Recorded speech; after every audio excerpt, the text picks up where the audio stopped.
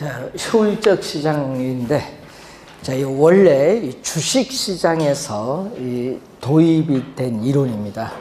그래서 효율적 시장은 이 주식 시장에 이 새로운 정보가 유입이 됐어요.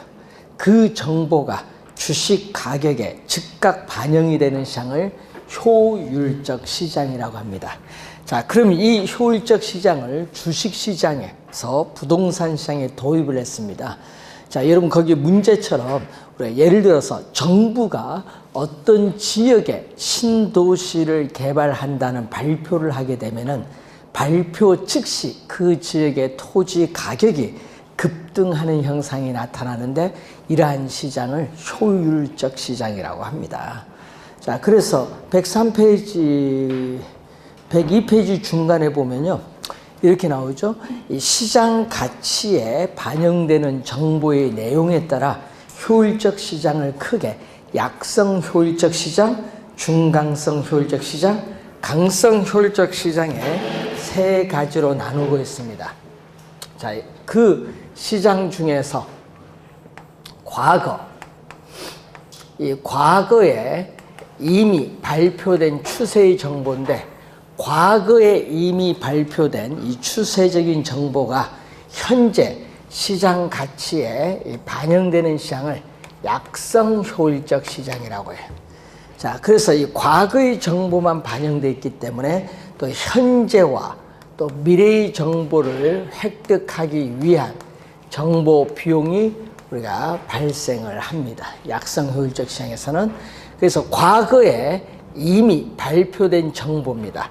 자, 예를 들어서 우리가 이 60일 전부터 어제까지 어느 회사의 주가가 어떻게 변동되는가를 우리가 분석을 해서 오늘 주가가 어떻게 변동할 건가, 이걸 이렇게 분석하는 것을 기술적 분석이라고 해요.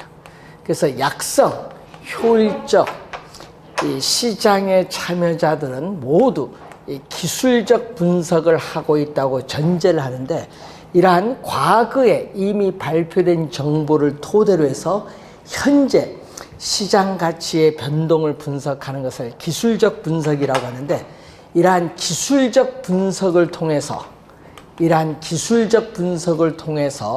우리는 투자를 한다 하더라도 이 초과 이윤은 획득할 수 없다라고 해요. 자, 그래서 여러분이 이 초과 이윤은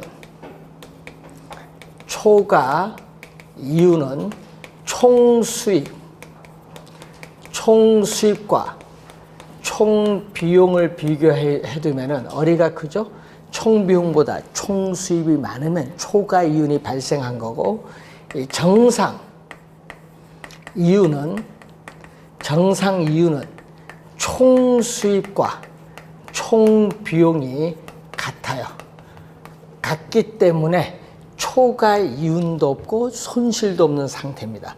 그래서 이 기술적 분석을 통해서 투자를 하면은 초과 이윤은 얻을 수 없지만은 정상 이윤은 획득이 가능하다는 거죠. 그래서 이 정상 이윤은 초과 이윤도 없고 손실도 없는 상태입니다.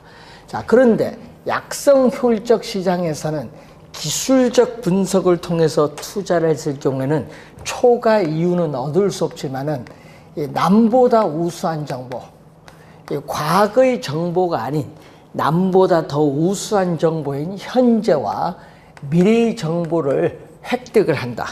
그래서 이러한 남보다 더 우수한 정보를 획득을 하여 투자를 한다면 초과 이윤, 이럴 경우에는 초과 이윤은 얻을 수 있다는 거죠. 자, 이럴 경우에 초과 이윤은 획득할 수 있다라는 거. 자, 기술적 분석을 통해서는 초과 이윤을 얻을 수 없습니다. 자, 우선은 약성 효율적 시장의 개념인데, 자, 이 개념은 또 10회 시험에 한번 또 출제를 했고요. 시험에 또 우리가 자주 나오는 용어입니다. 13회 시험에도 출제했고 22회, 또 27회 시험에 약성 효율적 시장의 내용이 출제를 했습니다. 자, 이 과거의 정보에다가 더해줘요. 과거의 정보에다가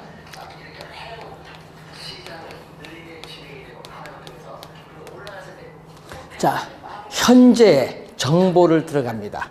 자, 과거의 정보에다가 현재 공개가 되는 이용 가능한 모든 정보입니다. 자, 이 과거의 정보뿐만 아니라 현재 공개가 되는 이용 가능한 모든 정보까지 우리는 현재 시장 가치에 반영되는 시장을 중강성 효율적 시장이라고 하는데, 그럼 중강성 효율적 시장은 과거와 현재의 정보만 또 반영되어 있기 때문에 이 미래의 정보를 또 얻기 위한 정보 비용이 또 존재를 합니다. 자, 그리고 이 두 가지를 더해주면은 과거의 정보와 현재의 정보를 더해준 것을 우리는 과거에 이미 발표된 정보, 이거 현재 공개되는 이 정보를 우리는 전문용어로 공표, 공식적으로 발표된 정보라고 해요. 그럼 이 공식적으로 발표된 정보, 자, 예를 들어서 삼성전자가 투자 계획, 영업 계획을 발표했습니다. 그러한 발표된 정보를 토대로 해서 현재 시장 가치의 변동을 분석하는 것을 기본적 분석이라고 해요. 기본적 분석. 그래서 또 중강성 효율적 시장의 투자자들이 이러한 기본적 분석을 통해서 투자를 한다 하더라도 또 초과 이윤, 정상 이상의 수익인 초과 이윤은 또 획득할 수 없지만은 또 기본적 분석을 통해서는 정상 이윤은 획득이 가능합니다. 자, 그런데 이 공표된 정보를 통해서는 초과 이윤을 얻을 수 없지만은 남보다 더 우수한 정보, 이 미래의 정보죠. 미래의 정보를 이용해서 투자하면 초과 이윤은 또 얻을 수가 있다는 내용입니다. 자, 우선은 이 공표된 정보인데, 자, 이 그림을 보면은 어떤 시장이 중강성 효율적 시장이라면은 그 시장은 약성 효율적 시장을 포함하고 있기 때문에 약성 효율적 시장의 성격도 당연히 가지고 있다, 이렇게 볼 수가 있고, 자, 그리고 또 작년에 출제된 지문이죠. 자, 공표된 정보든 또 공표되지 않은 정보, 공식적으로 또 발표되지 않은 정보입니다. 자, 이 공표되지 않은 정보는 우리가 예를 들면은 이 기업에 있어서 아직 우리가 주식시장에 공개되지 않은 기업의 내부 정보를 우리 예를 들어 볼 수 있거든요. 그럼 이러한 공표된 정보든 공표되지 않은 정보인데, 문제는 또 중강성 효율적 시장에서는 기본적 분석을 통해서는 초과인을 얻을 수 없지만은 중강성 효율적 시장에서도 우리는 남보다 더 우수한 미래의 정보를 이용하면 초과인은 얻을 수 있어요. 자, 그런데 우리가 중강성 효율적 시장까지 이제 봤는데, 이 공표된 정보든 공표되지 않은 정보든 이미 시장 가치에 모두 반영이 되는 시장을 강성 효율적 시장이라고 해요. 자, 공표된 정보든 공표되지 않은 정보든 이미 시장 가치에 모두 반영되는 시장인데, 개념은 11회 시험에 또 출제했었고 또 작년 28회 시험에 또 출제를 했습니다. 개념이.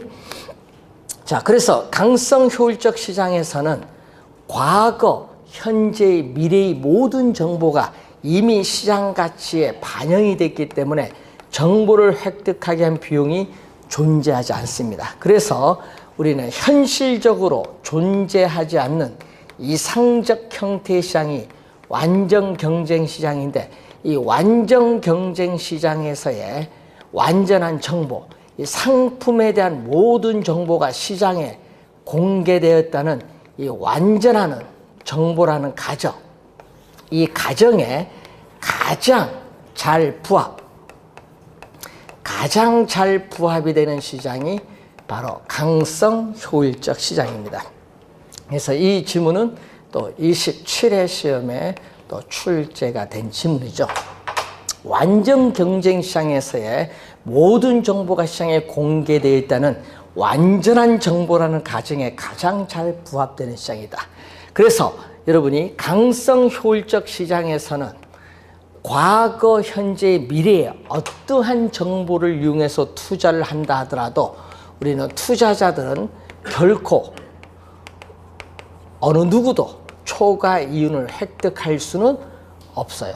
그렇지만은 약성이나 중강성 효율적 시장에서는 우수한 정보를 이용해서 투자하면 초과이익을 얻을 수 있지만은 강성은 시장 내에 어떠한 정보를 이용해서 투자를 한다 하더라도 결코 어느 누구도 초과 이윤은 획득할 수 없지만은 또 뭐는 정상 이윤은 획득이 가능해요. 자, 이 강성 효율적 시장의 내용이 시험에 또 자주 출제하고 작년에 정답으로 또 출제했습니다. 자, 그래서 또 우리나라의 뭐 주식 시장이라든지 또 외환 시장, 이 부동산 시장은 이 공표되지 않은 미래의 정보까지 반영되는 강성의 효율성까지는 우리가 나타나지 않는다. 강성 효율적 시장으로 출제를 한번 했었거든요. 강성의 효율성까지는 나타나지 않고 현재 공개되는 정보까지 반영되는 뭐죠? 중강성까지만 나타나는 시장이다. 중강성까지 시장이죠. 자, 요 세 개를 묻는 내용이 또 자주 나오는데 그래서 여러분이 13회 시험 한번 출제했고 22회 또 27회 시험에 출제를 했죠. 요 세 시장을 동시에 다 묻는 문제를 출제했습니다. 그래서 최근에 시험에 또 지문이 좀 자주 나오기 때문에 우선 별표 2개에서 개념을 정확하게 기억을 해 두시면 되겠고, 자, 여러분 교재 103페이지에 효율적 시장의 형태를 보면은 어떠한 형태의 효율적 시장이 존재하는가는 나라마다 다를 수 있어. 똑같은 게 아니라 나라마다 다를 수 있고 효율성의 시장의 정도도 나라마다 차이가 있습니다. 선진국일수록 효율적 시장의 정도는 높고요. 당연히 후진국일수록 효율적 시장의 정도는 낮죠. 자, 그래서 요 지문을 좀 우리가 확인을 한번 해보시기 바라고, 자, 할당적 효율성의 104페이지에 보시면은, 자, 할당적 효율성을 보면은,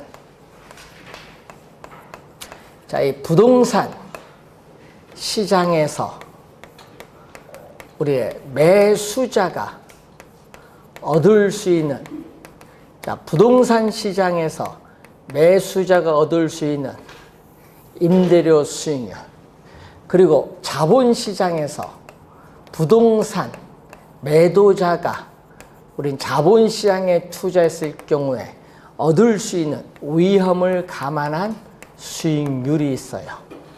위험을 감안한 수익률인데 이때 자본시장에서의 이 위험을 감안한 수익률이 4%인데 만약에 부동산 시장에서 상가에 투자했을 경우에 임대료 수익률이 7%다. 그럼 이게 커요. 크면은 우리 돈은, 자금은 수익률이 낮은 쪽에서 수익률이 높은 쪽으로 돈은 이동을 해요. 그래서 자금이 이동을 해갑니다. 그래서 자본시장에서 부동산 시장으로 돈이 흘러가요. 자금이 이동하면은 이 부동산 시장에서의 부동산에 대한 수요는 뭐한다? 증가합니다. 자, 부동산 시장에서 부동산에 대한 수요가 증가를 해요. 부동산 수요가 증가하면은 부동산 시장에서의 부동산을 사고자 하는 가격도 뭐한다? 오르죠. 그럼 예를 들어서 시장의 가격이 5억이었다가 뭐 8억으로 이렇게 오른다는 얘기죠. 자, 부동산 가격이 오르면 임대료 수익률은 어떻게 돼요? 그럼 부동산 가격이 오르면 임대료 수익률은 부동산 가격에 대한 뭐의 비율? 순수익과의 비율인데, 순수익은 1년간의 임대료 수익은 변화가 없거든요. 순수익은 변화가 없는 상태에서 부동산 가격이 예를 들어서 5억에서 8억으로 오르면 부동산 투자 금액도 이전보다 많아져요. 투자 금액이 많아지면 당연히 수익률이 하락을 해요. 그래서 수익률이 7%에서 이렇게 6%, 5% 이렇게 하락을 하는데 언제까지? 두 시장의 수익률이 서로 같을 때까지 4%로 같을 때까지 7%가 하락을 합니다. 자, 반대로 우리가 부동산 시장에서의 우리 임대료 수익률이 2%다. 그러면은 이 자본시장의 수익률이 크면은 또 부동산 시장에서 수익률이 높은 이 자본시장으로 또 뭐가 이동하죠? 자금이 이동을 해요. 자금이 이동하면은 이 부동산 시장에서 부동산을 사고자 하는 수익률이 낮으니까 점점 줄어들어요. 수요가 줄어드니까, 자, 여러분, 수요가 이전보다 줄어들면 부동산 가격도 수요가 적으니까 하락을 하죠. 그래서 예를 들어서 5억에서 뭐 3억으로 하락을 하는 겁니다. 부동산 가격이 하락을 하면은 임대료 수익률은 어떻게 되느냐? 자, 임대료 수익률은 이 부동산 가격에 대한 순수익과의 비율인데, 순수익은 변화가 없는데 부동산 가격이 5억에서 3억으로 하락하면은 투자 금액도 적어요. 투자 금액이 이전보다 적어지니까 수익률은 올라가는데, 수익률이 2%에서 이렇게 상승을 하는데 언제까지? 4%와 같을 때까지 상승을 해요. 자, 이런 조정을 거쳐서요, 요 서로 같을 때 우리는 균형이 돼요. 자본시장과 부동산 시장의 균형을 이루게 되는데, 이 균형이 되면은 자금이 어떻게 돼요? 이동하지 않는 거예요. 그래서 부동산 시장과 자본 시장의 균형 조건이라는 것은 자금이 이동하지 않는 건데, 이 자금이 이동하지 않을 때 여러분 전문 용어로 뭐라고 거기 나왔냐면은 할당적 효율성이란 말이에요. 할당적 효율성. 즉 우리 부동산 투자 또는 다른 투자에 따르는 위험을 감안했을 경우에 부동산 투자로부터 얻을 수 있는 수익률, 또 자본시장에 투자했을 경우에 얻을 수 있는 수익률이 서로 같도록 균형 있게 자금이 배분이 이루어질 때를 할당적 효율성이다. 즉 시장에서 자원이 효율적으로 배분이 이루어지는 시장을 말합니다. 자, 이 개념이 나와 있는데, 자, 여러분 중간 104페이지 중간 불안전 시장과 할당적 효율성의 1번 보시면은 이 완전 경쟁 시장은 현실적으로 존재하지 않는 이상적 형태의 시장인데, 자, 완전 경쟁 시장은 자원이 효율적으로 배분이 이루어지는 시장이에요. 자, 자원이 효율적으로 배분이 이루어지는 시장이 완전 경쟁 시장인데, 완전 경쟁 시장은 요 할당 효율적 시장 안에 포함이 되어 있어요. 그래서 시험 지문에 요 그림을 이해하면서, 자, 완전 경쟁 시장은 할당 효율적 시장이다 하면 맞는 지문이에요. 왜? 이것은 요 안에 포함되니까. 그런데 할당 효율적 시장은 완전 경쟁 시장이다 하면은 그건 틀린 지문이죠. 왜? 이 흰 부분이 포함이 안 됐어요. 완전 경쟁 시장에. 이 부분이 완전 경쟁 시장에 포함이 안 돼서 틀렸어요. 그래서 그 1번 지문을 보시면은 할당 효율적 시장은 완전 경쟁 시장이다 하면 틀렸고요. 할당 효율적 시장은 완전 경쟁 시장을 말하는 것은 아니다. 왜냐하면 이 빗금친 부분, 이 빗금친 부분이 무슨 시장? 이 불안전 경쟁 시장도, 이 빗금친 부분인 불안전 경쟁 시장도 초과 이윤이 1억 원입니다. 또 초과 이윤을 획득하는 데 드는 비용도 1억 원이다. 서로 같아요. 그래서 이 불안전 경쟁 시장도 초과 이윤을 획득하는 데 드는 비용과 서로 같다. 일치한다면은 할당 효율적 시장이 될 수 있다. 그 지문 22회 시험에 또 정답 지문으로 물은 중요한 지문이죠. 그래서 여러분 2번 지문, 동그라미 2번 지문의 끝에 여러분이 할당 효율적일 수 있다. 이때 동그라미 시험에 이거 없다로 출제했다는 거죠. 그래서 오늘 여러분 나눠드린 프린트 2번 지문을 생각하시면 돼요. 자, 그리고 3번에 동그라미 독점은 기업이 하나입니다. 독점 시장도 독점을 획득하기 위한 기회비용이 시장에 존재하는 모든 투자자에게 똑같다. 동일하다면은 또 할당 효율적일 수 있다는 거야. 자, 4번, 5번 지문을 보면은, 자, 부동산 시장에서 특정의 투자자가 초과 이윤을 획득할 수 있는 것은, 또 부동산 시장에서 부동산 투기가 성립하는 것은 시장이 불안전하고 독점적이기 때문이 아니라 할당 효율적이지 못하기 때문인데, 그 4번, 5번 지문을 달리 있으면 이렇게 또 쓸 수 있어요. 부동산 시장이 할당 효율적이라면, 즉 부동산 시장에서 자원이 효율적으로 배분이 이루어진다면 이 말이겠죠. 그럼 요게 가정이에요. 할당 효율적이라면은 부동산 시장에서 특정의 투자자, 부동산 시장에서 특정의 투자자는 초과 이윤을 획득할 수도 없고, 또 부동산 시장에서 또 부동산 투기가 성립할 수도 없다는 거예요. 그래서 여러분이 이것을 항상 염두에 두시고, 부동산 시장이 할당 효율적이다, 할당 효율적 시장이라면 초과이윤은 존재하지 않아요. 그럼 초과이윤이 존재하지 않을 때 그 7번 지문 보세요. 할당 효율적 시장에서는 밑줄. 그러면 시장에서 자원이 효율적으로 배분이 이루어지는 시장이에요. 할당 효율적 시장에서는 뭐가 없다고 했어요? 초과이윤이 없기 때문에 과대평가된 부동산이나 과소평가된 부동산은 존재할 수가 없다. 요것도 잇따라 26회 시험에 출제했어요. 여러분 그 7번 지문은 26회 또 정답 지문입니다. 시험에는 잇따라 출제했어요. 없습니다. 할당 효율적 시장에서는 초과 이윤이 없기 때문에 과대평가된 부동산, 과소평가된 부동산은 존재할 수가 없다라는 거.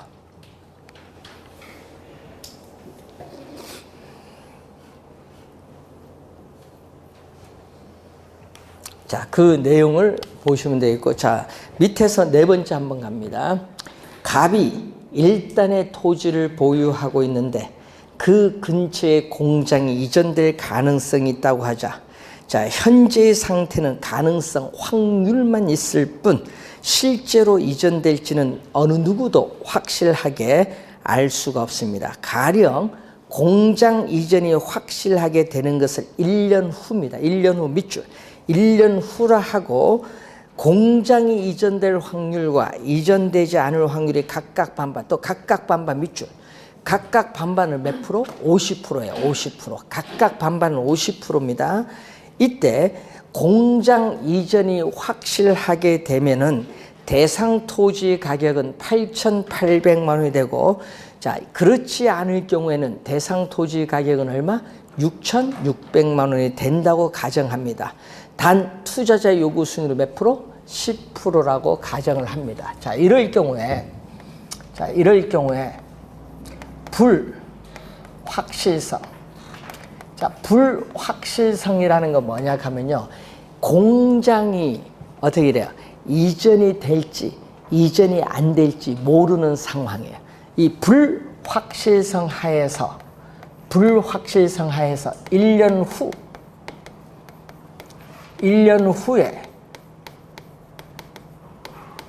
후에 예상되는 토지 가격이 얼마냐? 자, 1년 후에 예상되는 토지 가격은 공장이 이전될 경우에 대상 토지 가격은 8,800만 원. 공장이 이전되지 않을 경우에 대상 토지 가격은 얼마? 6,600만 원이 되죠. 이때 공장이 이전될 확률은 몇 프로? 50%. 공장이 이전되지 않을 확률도 몇 프로? 50%예요. 그러면은 우리가 여기 얼마? 4,400만 원, 3,300만 원 더해줬더니 1년 후에 예상되는 토지 가격은 7,700만 원이에요. 그러니까 1년 후에 예상되는 토지 가격은 미래의 가치예요. 1년 후의 가격이니까 미래의 가치인데, 그럼 1년 후에 7,700만 원이 현재의 가치로 얼마냐? 할인을 해야겠죠. 할인.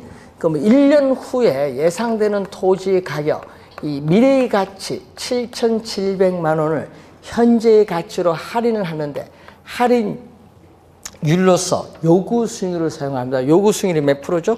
10%. 0.1이고 1년 후에 7,700만 원 현재 얼마이다? 1년 후 때는 1승입니다. 만약 2년 후라고 하면 이게 제곱 이렇게 들어오면 돼요. 그래서 1년 후니까 1승이죠. 그래서 7,700만 원을 1.1로 나눠주면 얼마냐? 7,000만 원이 돼. 그래서 이 7,000만 원인데 현재 가치가 7,000만 원이에요. 즉 토지 소유자는 현재 가치 7,000만 원의 토지를 팔고자 할 것이고 토지를 사고자 하는 투자자도 현재 가치 7,000만 원의 토지를 사고자 할 것이다 이 말이야. 요까지 구하는 문제를 요까지 구하는 것을 우선 14회 시험에 또 한 번 출제를 했었습니다. 자, 그러면은 또 확실성 하가 있죠. 자, 1년 후에 공장이 들어선다는 정보를 100% 확실하게 입수했어요. 100% 확실하게 입수했습니다. 자, 이때 1년 후에 예상되는 토지 가격. 자, 1년 후에 예상되는 토지 가격은 얼마? 우리는 공장이 들어설 경우는 8천만 원. 공장이 안 들어설 때는 6,600만 원인데 문제는 공장이 들어선다는 정보를 100% 확실하게 입수했으니까 100%니까 1이고 들어서지 않을 건 0%죠. 그러니까 얼마죠? 8,800. 1년 후에 예상되는 토지 가격이 8,800만 원인데 이걸 현재 가치로 할인하면 얼마냐? 자, 1년 후에 8,800만 원을 현재 가치로 또 할인할 때 할인율로서 요구 수익률 10%고 또 1년 후에 8,800만 원 현재 얼마냐? 1년 후니까 1승. 또 1.1로 나눠줬더니 얼마죠? 8,000만 원이 돼요. 자, 8,000만 원입니다. 이때 우리가 또 우리가 5회 시험, 추가 시험과 25회 시험에 출제를 했었죠. 뭐를 출제느냐? 요걸 계산하는 걸 출제했어요. 정보의 현재 가치 구하는 거. 정보의 현재 가치를 줄여서 정보의 가치라고 하는데 이 정보의 현재 가치는 확실성. 자, 확실성 하에 현재의 가치에서 확실성 하에 현재의 가치 이것을 빼준 거다. 그래서 확실성 하에서 불확실성인데 자, 확실성 하에 현재의 가치는 8천만 원이고 불확실성 하에 현재의 가치는 7천만 원이죠. 요걸 빼줬더니 얼마 나오죠? 우린 1,000만 원. 이렇게 구하는 것을 우리는 시험 문제에 2번 출제 여기까지 했습니다. 자, 그런데 만약에 여러분 공장이 들어선다는 우수한 정보, 그 우수한 정보를 획득하는 데 드는 비용도 얼마? 1,000만 원이다. 그럼 서로 같죠? 정보의 가치도 1,000만 원. 그 정보를 획득하는 데 드는 비용도 1,000만 원 같으면요. 초과 이윤이 없어. 같게 되면 뭐가 없냐면 초과 이윤이 존재하지 않아요. 이 초과 이윤이 없을 때 이때의 시장을 우리는 전문 용어로 또 할당, 하여튼 초과 이윤이 없을 경우 할당 효율적 시장이 돼요. 그런데 만약에 공장이 들어선다는 우수한 정보를 획득하는 데 드는 비용이 600만 원 들었어요. 그러면 정보의 가치가 정보 비용보다 커요. 얼마? 1,000만 원에서 600만 원 빼면 얼마 나오죠? 400만 원이 나오죠. 400만 원에 뭐가 발생한다? 초과 이윤이 존재하죠. 400만 원의 초과 이윤이 존재하면은 이때는 할당 효율적 시장이 될 수 없어요. 이때 초과 이윤이 이때 존재할 경우, 초과 이윤이 존재할 경우에 우리는 투자자는 시장을 패배시킨다 말을 해. 투자자는 시장을 패배시킨다. defeat the market라는 이 영어 단어를 번역을 한 거예요. 시장을 패배시킨다. 그래서 투자자가 시장을 패배시킬 수 있다는 것은 소수의 사람들에게 비공개된 우수한 정보가 독점적으로 주어졌기 때문에 그 독점적인 정보를 가지고 투자를 했기 때문에 뭐가 발생했다? 초과 이윤이 발생했다는 내용입니다. 이 내용이 여러분이 교재 105페이지에 설명이 되는 내용입니다.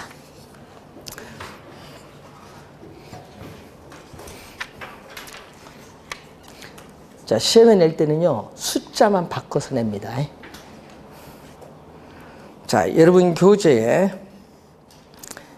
112페이지에 공간 균배의 원리입니다. 자, 이 경쟁 점포들 간에 공간을 서로 균등하게 배분하자는 원리를 공간 균배의 원리라고 해요. 즉, 우리가 하나의 상권 안에 동질적인 소비자가 균등 분포되었다고 가정을 합니다. 근데 그 상권 내 점포가 먼저 입지하고 있는데 나중에 들어오는 경쟁 점포가 어느 장소에 입지하는 것이 유리한가, 그걸 분석하는 이론입니다. 그래서 이 공간 균배의 원리에 따라 점포의 소재 위치에 따른 분류가 4가지 나오는데 이 4가지가 시험에 17회 시험, 20회 시험, 22회 3번 최근에 출제를 또 했었습니다. 자, 그 3번 출제 중에 다 정답은 어느 가냐? 산재성 점포에서 정답을 묻죠. 4가지 중에서. 자, 우선 집심성 점포로 갑니다. 집심성 점포, 마음 심자가 들어가요. 그는 심장에 피가 모이듯이 점포도 모이는 거야. 중심부. 자, 배후지의 중심부에 입지를 해야 유리한 유형의 점포예요. 시험에는요, 백화점 도매상이 많이 나와요. 백화점 도매상. 요거 외에도 귀금속점, 고급 음식점, 뭐 영화관, 호텔 등이 여기에 해당합니다. 자, 그리고 집재성 점포는요, 배후지의 중심부에 입지 안 해도 관계는 없어요. 그런데 어떻게 돼요? 동일한 업종의 점포들이 한 곳에, 집재 한 곳에 모여 있어야 유리한 유형의 점포입니다. 시험에는요, 은행, 보험, 관공서 등 요게 많이 나와요. 그리고 소매 점포들이 속해 있는 상권의 크기는 한정되어 있기 때문에 이러한 소매 점포들이 한 곳에 모여 있으면 망합니다. 그래서 뭐다? 분산, 입지를 해야 유리한 유형의 점포가 산재성 점포인데 시험에는요, 세탁소와 잡화점을 제일 많이 냈어요. 여러분 뭐 미용실, 뭐 치킨집, 어물점 등이 여기에 해당해요. 자, 그리고 국부적 집중성 점포가 있습니다. 이 집재성 점포보다는 규모도 작고 이윤도 작아요. 그래서 동일한 업종의 점포들이 국부적 중심지에 입지를 해야 유리한 유형의 점포예요. 농기구점, 종묘점, 비료상점, 어구점, 석재점 있죠. 여러분 가끔 있죠. 우리 공구 사러 어느 동네 갔다 와라 이런 얘기 많이 하죠. 공구의 거리 뭐 이런 게 있잖아요. 이런 게 국부적 집중성 점포입니다. 자, 그리고 또 거기 보시면 구매 습관에 따르는 상품 종류에 따른 분류가 있죠. 3가지 있어요. 편의품점, 선매품점, 전문품점. 이건 20회 시험에 한번 출제를 했었는데, 자, 우선은 편의품점은 여러분 많이 보죠. 예? 편의품점 약어를 뭐라고 한지 아세요? CVS예요. Convenience Store에서 CVS가 편의품점이에요. 그래서 일상 생활 필수품을 판매하는 점포고요. 구매 어떻게 돼요? 우리가 관련해서 자주 구매 빈도가 많은 상품이에요. 또 가격도 10,000원 이내에 좀 싸고요. 그리고 주택 가까이에 또 입지를 해요. 보통. 자, 그래서 우리는 저차원 중심지에 입지를 하는 점포인데 편의품점이 있고, 요거보다 가격이 좀 비싼 게 선매품점이에요. 상품의 가격, 품질, 디자인, 색상, 포장 등을 다른 점포와 상호 비교를 한 이후에 구매를 하는 상품을 판매하는 점포예요. 선매품점. 그래서 고객의 기호, 취미 등이 잘 반영되는데 대표적으로 여성 의류 같은 걸 예를 들어 볼 수 있어요. 자, 그리고 전문품점은 고객이 특수한 매력을 찾기 위해서 구매를 위한 노력을 섞이지 않는 그러한 종류의 상품이에요. 그래서 광고가 이미 되어 있는 유표품에 해당해야 되는데 여러분 쉽게 명품 같은 거거든요. 고급 양복점, 고급 시계를 판매하는 점포 이런 거 일명 명품점이 여기에 해당을 합니다. 전문 품점.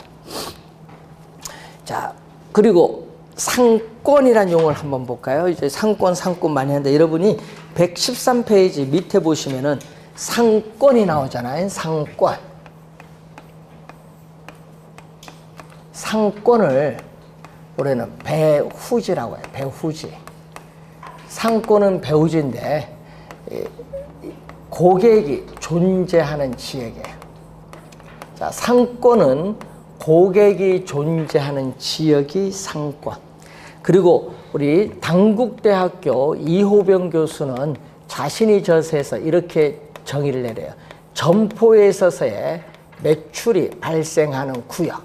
자, 점포의 매출이 발생하는 구역을 나타내는 공간 개념. 요 지문을 또 출제 한번 했었죠. 점포의 매출이 발생한 구역입니다. 자, 그런데 이 상권의 범위는 고정된 게 아니죠. 자, 전철 노선이 연장되면 상권의 범위도 우리가 확대가 되잖아요. 그래서 상권의 범위는 뭐가 돼요? 유동적 또는 가변적이라고 하죠. 고정적이 아니다. 또 상권의 수요를 분석할 때는 현재 배후지만 분석해서는 안 됩니다. 현재의 배후지뿐만 아니라 앞으로 미래에 배후지로 발전할 가능성이 높은 후보 지역도 분석을 해야 되겠고, 그래서 이 상권을 우리는 형성을 할 때 고객이 존재하는 그 지역에 주민들의 소득 수준이 높을수록 구매력도 좋죠. 그리고 또 반경 1km 내에 인구 밀도도 높아야, 사람이 많아야 또 구매력도 높아져요. 또 고객 밀도라는 게 있거든요. 고객 밀도는 이 가로에서의 우리는 고객이 통행하는 보행 인구, 또 차도에서 자동차가 다니는 교통 인구가 있어요. 이 두 개를 합한 게 고객 밀도인데 이 고객 밀도도 높아야 돼요. 또 상권을 형성하는 이 지역의 면적도 뭐 해야 된다? 넓어야, 이게 넓어야 좋은 상권이 형성된다는 거. 좋은 상권이 형성이 된다. 그래서 좋은 상권이 형성되기 위한 조건인데, 여러분 상품을 자주 사느냐 못 사느냐, 구매 빈도거든요. 구매 빈도가 높을수록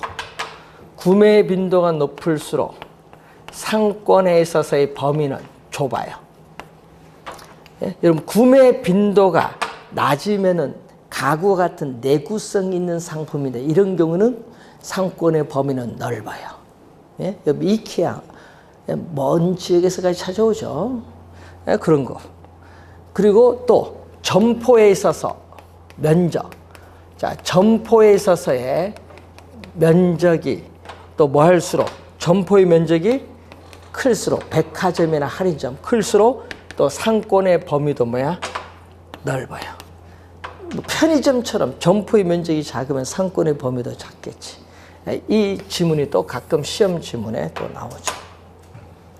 자, 이 상권에 관련해서 개념을 보는 건데, 또 여러분이 주거지나 공업지보다는 상업지에서 또 중시되는 요소가 가로예요.